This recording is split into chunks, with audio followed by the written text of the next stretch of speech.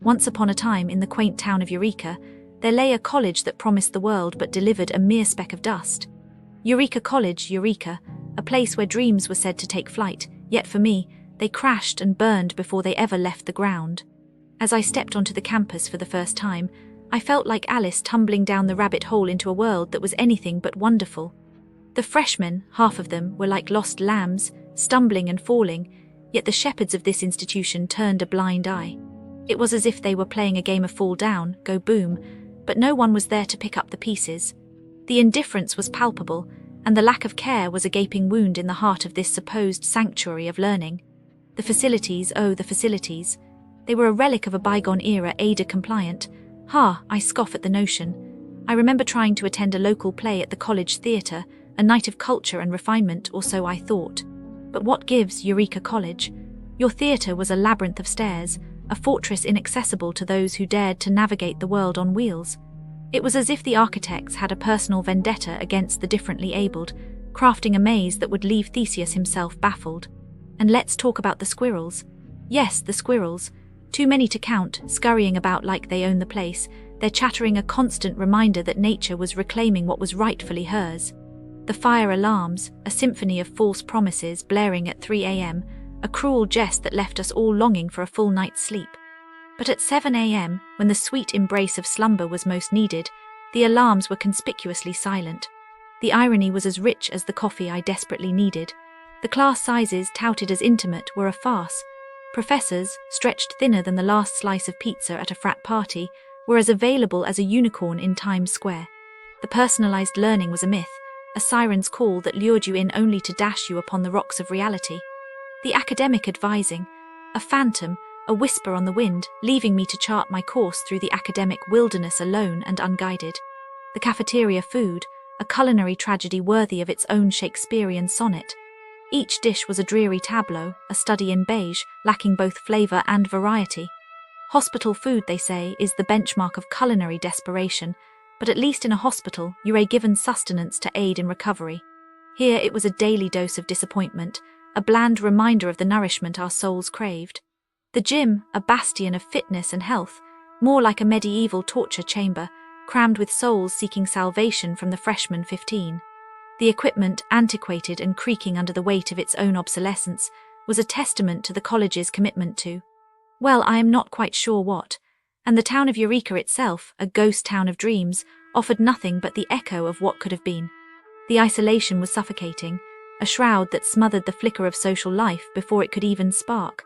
The forced participation in campus activities was a charade, a pantomime of school spirit that left a bitter taste on the tongue.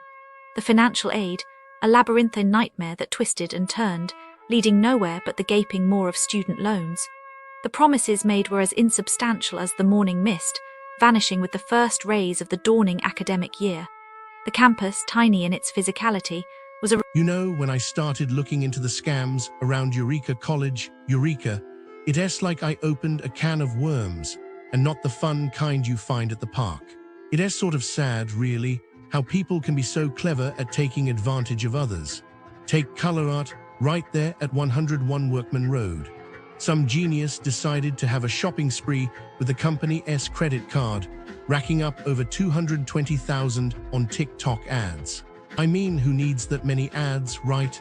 My guess is the folks at Color Art were probably in shock, trying to figure out how to clean up that mess.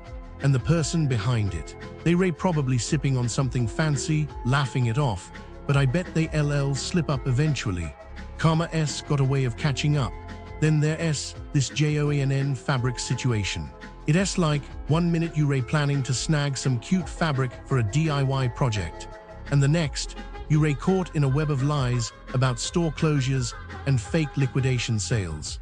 I can just picture some tourists falling for that, thinking they were getting a deal, only to find out they've been talking to some random scammer online. It's just not right, Those tourists must have felt pretty silly, and I hope they learned to double-check these too good to be true offers. And don't even get me started on the gift card scams. Elderly shoppers, just minding their own business, get a phone call, and bam, they were convinced to buy gift cards for scammers. It's like watching a sad movie, except it's happening to real people near Eureka College. I imagine those victims feeling embarrassed, maybe too scared to tell anyone. But they shouldn't be. It's not their fault. The scammers, though, they probably counting their stolen goods, not realizing that every stolen gift card leads the police one step closer to them. Now the Home Depot theft ring is like something out of a heist movie, but it's not glamorous, it's just greedy. Stealing millions from stores all over, including around Eureka College. I reckon the employees at those stores are on high alert now, looking at every customer with a bit of suspicion. And the thieves, they probably nervous, checking over their shoulders, waiting for the day they get caught. It's a bit overwhelming, isn't it?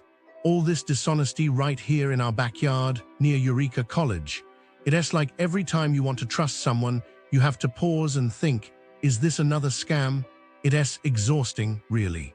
But I suppose it's a reminder to keep our wits about us, to look out for each other, and to remember that not everything that glitters is gold. So, to all you tourists planning a quick stay near Eureka College, keep your eyes peeled. Be smart, be cautious, and don't let these scammers ruin your trip.